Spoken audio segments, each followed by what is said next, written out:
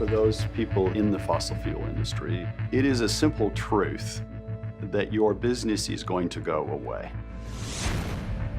It's just a matter of figuring out how to do that without leaving people behind or destabilizing the system. The original grid was designed to allow power to flow in one direction, from the generator to the user. And now we've got the need for power to flow in both directions. The future of the grid will be more houses that are providing their own energy, that also have electric vehicles plugged into the garage.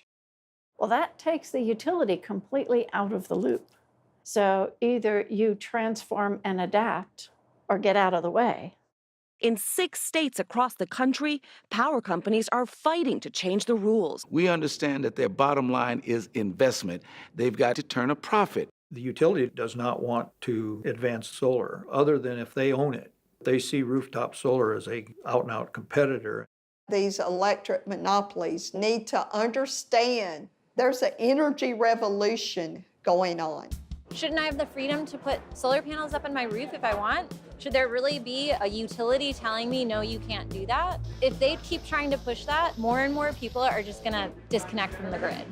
I want the power company at the table when it comes to developing solar and EVs, because they have the money, they have the infrastructure. Electric vehicles are one of the only areas of load growth right now for utilities across this country. If a utility partners with automotive, then all of a sudden you have mobile energy storage, and if you have vehicle-to-grid communications, now the utility has a new market.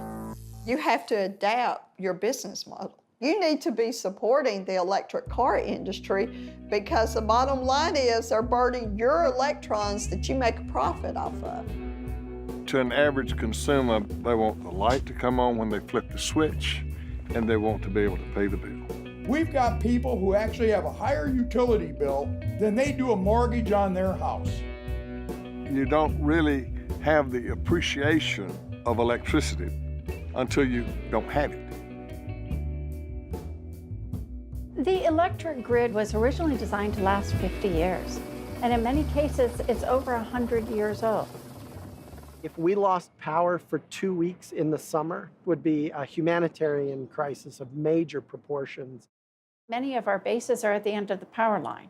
If anything happens upstream, we're solely running on diesel generators. We don't want to lose these military bases. One of the questions they're going to be asking is, does the base have its own power? There's virtually no one that is opposed to solar. Now, that differs from our elected officials going against their constituents. Just because they're conservative doesn't mean they can't embrace electric cars, or like not having to be beholden to whatever the utility decides they want to charge them. Solar is not something that only tree huggers like. What is more conservative than generating your own electricity and not be dependent on someone else to do it for you? It's such superior technology, we're going to turn the corner so fast it'll make people's heads spin. Put it on a moral foundation. Everyone has a right to clean water, to toxic-free air. This is the civil rights issue of our time. To take care and protect my creation. We will stand as one united force. I believe that God created this world and put that sun out there, in my opinion, for us to take advantage of. Now, when the companies can begin to say, how do we make a profit as well as protect the environment, then I think we're on the right path. So therefore, we have an obligation to fight. We will not bend, we will not break, and we will not bow down.